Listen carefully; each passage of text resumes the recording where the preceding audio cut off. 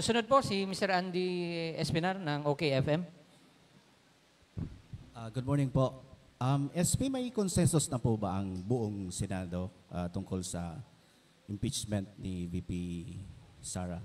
May sigurado na bang petsa kung kailan talaga magko-convene ang impeachment court? And also sa Sorsogon po, meron ba tayong anong team ang susuportahan ng NPC Sorsogon? Team ng administration ba or yung team suka ba yan? Meron ba tayong susuportahan? Enot, hindi pa naman nagbabago yung sinabi ko mula nung simula. June 2 ang pinakamaagang masisimula ng impeachment dahil wala kaming sesyon. Pag walang sesyon, walang pwedeng gawin habang recess. Yung mga nangungulit na gustong may gawin kami ngayong recess, ibabalik ko ang katanungan sa kanila. Mukhang sila ang gustong sumabotahe ng impeachment dahil may gusto silang gawin na illegal at bawal, na parang binibigyan lamang nila ng armas ang nasasakdal si Vice President Duterte na pwedeng ma-question sa Korte Suprema. Hindi ko maintindihan kung bakit nila pilit gustong gawin yon. So June 2, kung ang tanong mo may consensus ba, babalik ko ang katanungan sa iyo. May nagsabi na bang hindi na senador? Nalilito ako kung ba't ako tinatanong kung may consensus. Wala namang nag-o-object na senador para pagbasihan nung tanong kung may consensus o wala. June 2 ang resumption ng session namin. Unless magpatawag ng special session si Pangulong Marcos, na duda ako, June 2 masisimulan niyang impeachment. At dahil hanggang June 30 lang ang term ng mga kongresista, imposibleng matapos ang trial kahit masimulan dahil hanggang June 30 lang ang mandato ng mga prosecutor sa Kamara. Kailangan sila muling i-otorisa kung makakabalik silang lahat sa Kongreso muli pagdating ng July 28, pag-resume ng bagong Kongreso.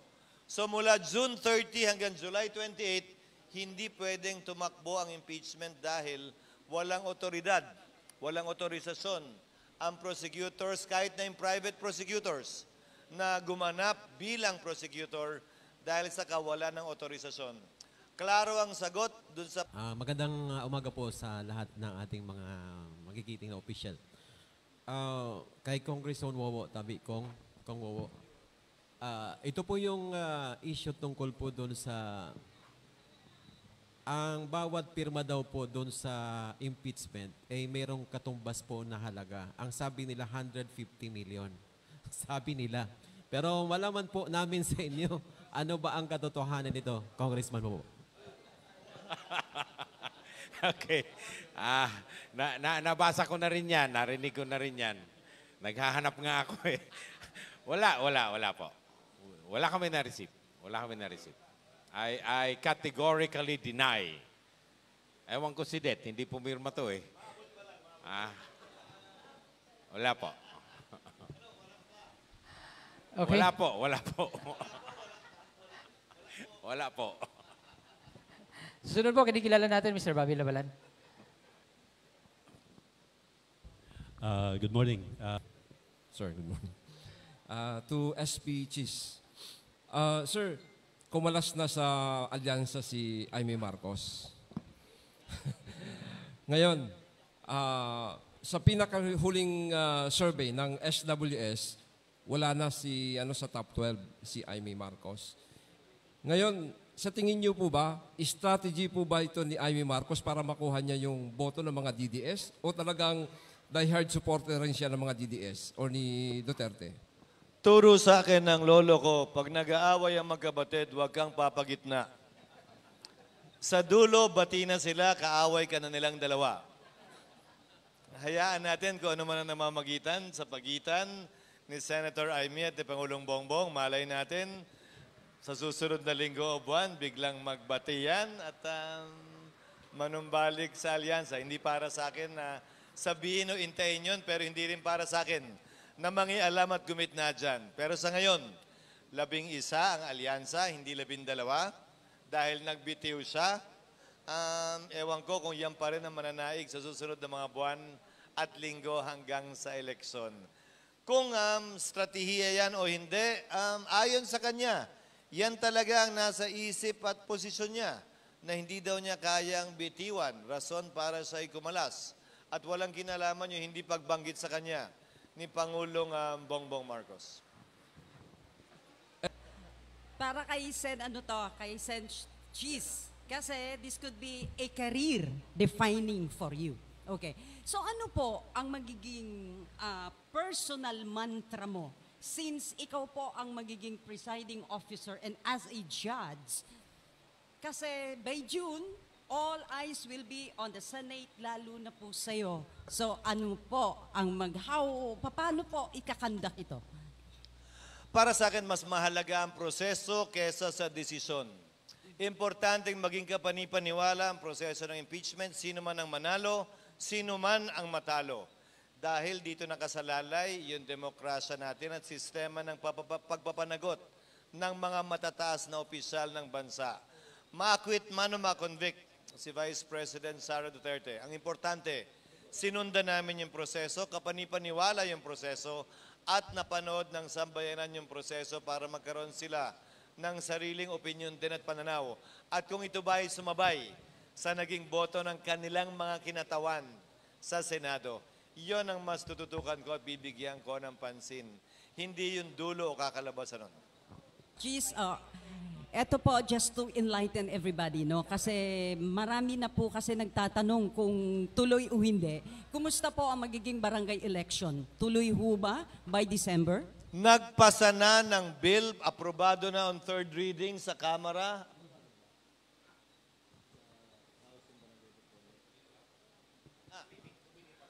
Pasado na sa komite. Sa Senado, pasado na on third reading.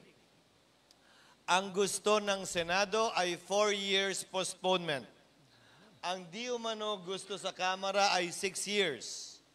Ang di umano gusto ng Executive ay 6 years. So, mapakamara, Senado o Malacanang, lahat ng tatlo gustong i-postpone. Ang issue na lang ay 4 na taon ba o 6 na taon.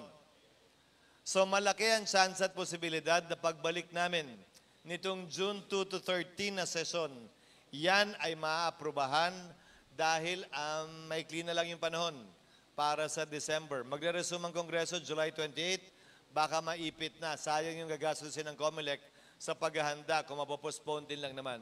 So the best time to decide on this will be from June 2 to 13, yung session ng 19th Congress bago ito magtapos. And I think, kung tatanungin niyo ako, sa palagay ko, mapopostpone ang barangay elections. Ang tanong lang, pang ilang taon? Okay. Thank you very much, Sen. Thank you, Mr. Ang tanong ko po, gaano na po kahanda ang Senado sa paparting na impeachment kay VP Sara at tapos na po ba o na buon nyo na po ba yung yung ruling sa impeachment at anong kulay po ang isusuot na robe ng mga huwes? Tapos na yung rules, ipepresenta na lamang for approval sa June 2 pag-resume namin. Pagpipilian na lamang ng mga miyembro ng Senado kung alin ang gusto at ayaw nila. Yung kulay, yung dati pa rin. Sa katunayan, kahapon lang in-update ako, lahat nasukatan na maliban sa dalawa. Dalawa na lamang ang hindi pa nasusukatan ng robe ang tawag doon. Robe, sir. Ng robe. Ginawa na naming dalawa, hindi tulad nung dating isa lang, baka mga amoy pa, dalawa na lang para pwedeng palaban habang ginagamit yung isa. At inaasahan din namin magsisimula ang trial sa bagong kongreso na, July 29 or July 30 dahil magre-resume ang Senado at Kongreso, July 28. So na yan ang Pangulo, so walang magagawang trabaho dyan. So 29 o 30 magsisimula ang trial at tatagal yan ng mga 2 buwan. Hindi na dapat umabot yan ng October bago kami mag-recess sa 2025.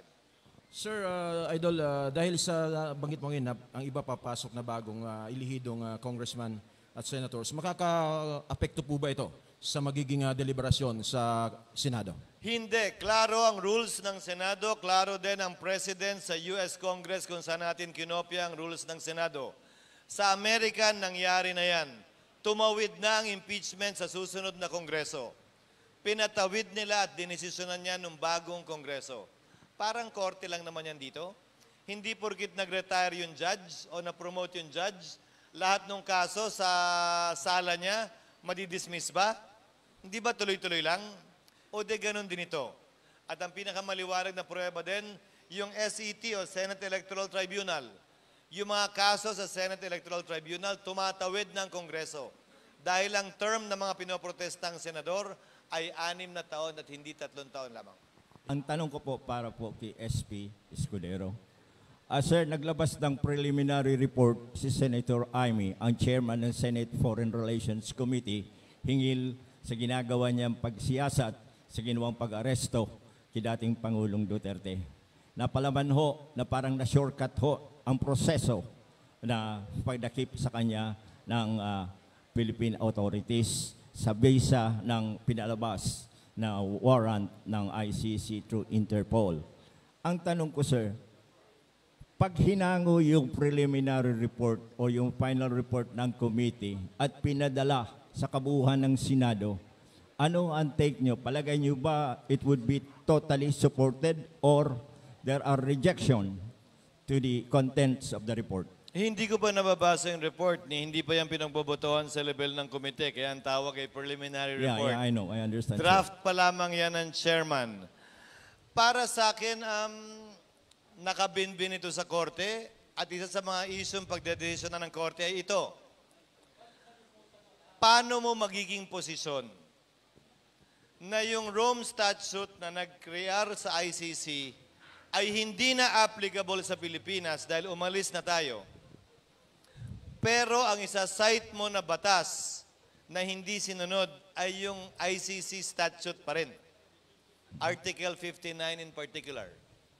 Hindi mo pwedeng sabihin hindi na balido yung batas na yon sa isang banda, pero balido naman pag kailangan at pwede mong magamit.